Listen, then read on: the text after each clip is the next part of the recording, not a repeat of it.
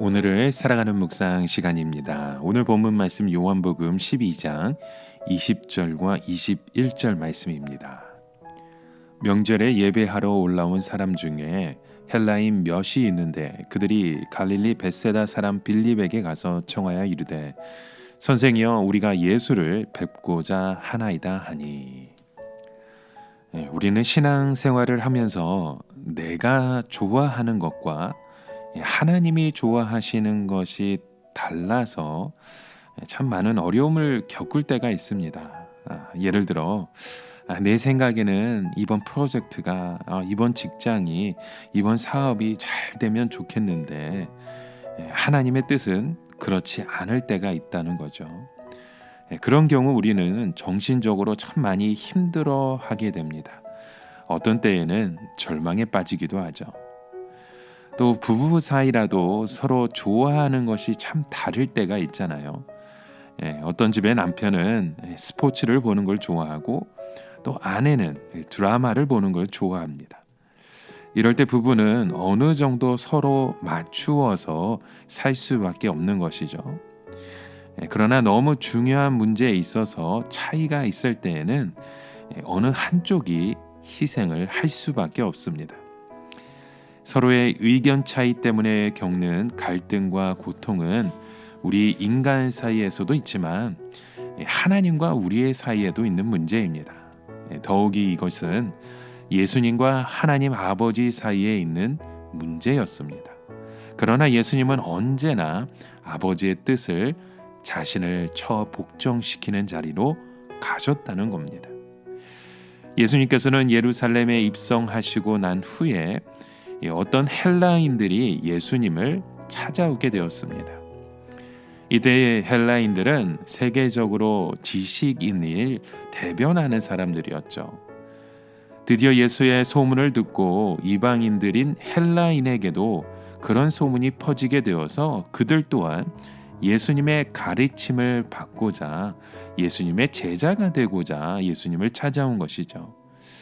자, 이것은 바야흐로 복음이 세계화될 수 있는 아주 좋은 시점처럼 보여지게 됩니다. 그러나 예수님은 그를 찾아온 헬라인들을 만나주지 않으셨습니다.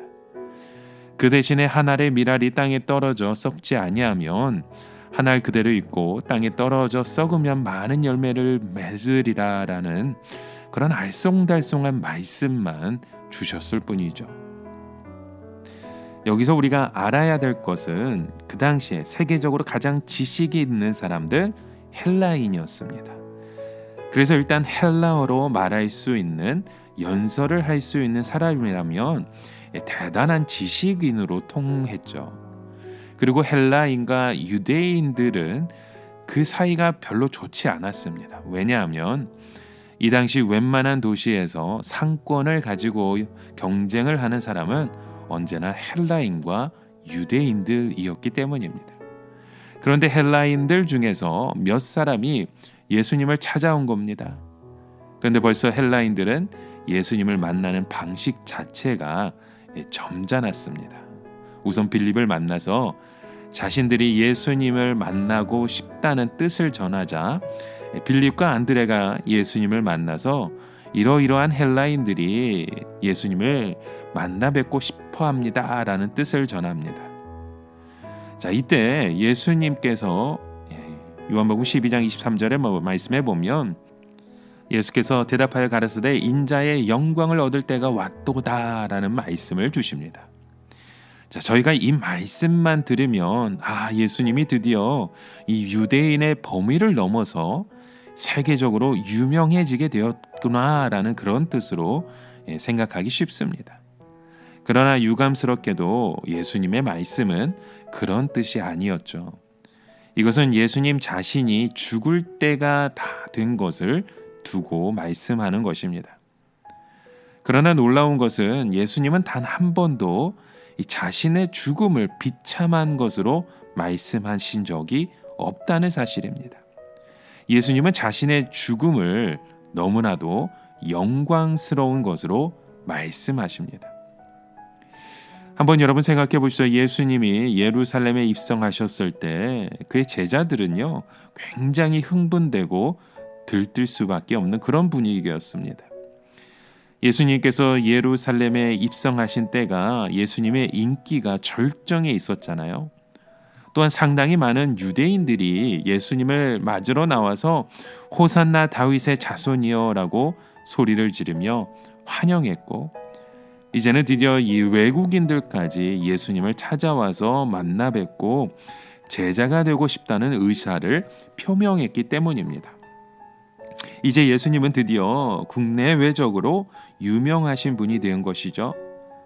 그러나 이것은 너무나도 인간적인 생각이었습니다. 우리가 이 세상에서 아무리 유명해지고 아무리 돈을 많이 벌어도요, 그것은 모래를 모으는 것밖에 되지 않습니다. 모래는 아무리 많이 모아도 모래일 뿐입니다. 모래를 많이 모으면 당장 무엇이 되는 것 같지만 파도가 한번 쓸려가면 모래로 쌓은 것들은 모두 다 흔적도 없이 쓸려가게 됩니다. 예수님이 이 세상에 오신 것은 오직 하나님과 우리의 사이를 연결시켜서 하나님의 생명과 축복이 우리에게 올 수 있게 하는 것이었습니다. 예수님이 하신 일은 최초로 하나님과 이런 우리의 삶을 연결시키는 것이었죠. 이 과정에서 가장 핵심적인 문제는 인간의 죄를 누가 어떻게 처리하느냐, 그것이 가장 큰 문제였습니다. 그러기에 예수님의 죽음은 가장 중요한 문제였던 것입니다. 만약 예수님이 죽지 않으면 우리에게는 하나님의 생명이 올 수 없고 하늘의 복이 주어질 수 없기 때문입니다. 모두 이 세상에 있는 그 모래를 파다가 멸망당할 수밖에 없는 인생이 바로 우리의 모습인 것이죠. 그런데 이때 예수님은 이렇게 말씀하십니다. 인자의 영광을 얻을 때가 왔도다. 제자들이 생각한 인자의 영광은 당연히 예수님이 예루살렘에서 높아지는 것이었습니다. 즉 예수님이 예루살렘에서 유대인의 왕이 되는 것이었죠. 그리고 로마인 정도야 예수님이 쳐보시는 거면 감사하는 그런 마음이 있었겠죠. 그러나 예수님의 생각은 유대인의 생각과 전혀 달랐습니다. 예수님은 자신을 희생하지 아니하고 이런 식으로 사람의 영광을 얻는다면 인간은 단 한 사람도 구원받을 수 없다는 것을 가장 잘 알고 계셨던 것입니다. 여러분, 사람에게 가장 고통스러운 것은 자기를 가장 사랑하는 사람의 기대와 희망을 무시해야 하는 것입니다. 지금 예수님을 가장 사랑하고 예수님을 가장 믿는 사람들이 그 예수님이 잘 되기를 희망하고 있었습니다. 하지만 예수님은 그들의 희망을 절망으로 바꾸어 가시고 그래야만 진정한 희망이 올 수 있다는 것을 알고 계셨습니다. 그래서 그들의 희망을 산산이 다 짓밟는 일을 하셔야만 했던 것입니다. 여러분, 오늘 우리의 삶 가운데 그런 예수님의 그 희생을 통해 우리에게 영원한 생명을 주셨다는 것을 잊지 않고 오직 주님만을 바라보며 소망하는 그런 믿음의 걸음을 힘차게 걸어가시는 저와 여러분 되시길 주님의 이름으로 간절히 축원합니다. 함께 기도합니다. 하나님 아버지, 예수님의 그 십자가를 통해서 죄인된 우리가 구원받고 주를 영광스럽게 하는 그 길을 바라보게 하심에 감사합니다. 하나님, 하나님의 독생자 아들 예수 그리스도를 믿음으로 영원한 생명을 주신 우리 하나님 아버지를 온전히 간구하고 믿고 의지하는 주의 백성 되게 하여 주시옵소서. 예수님의 이름으로 기도드립니다. 아멘.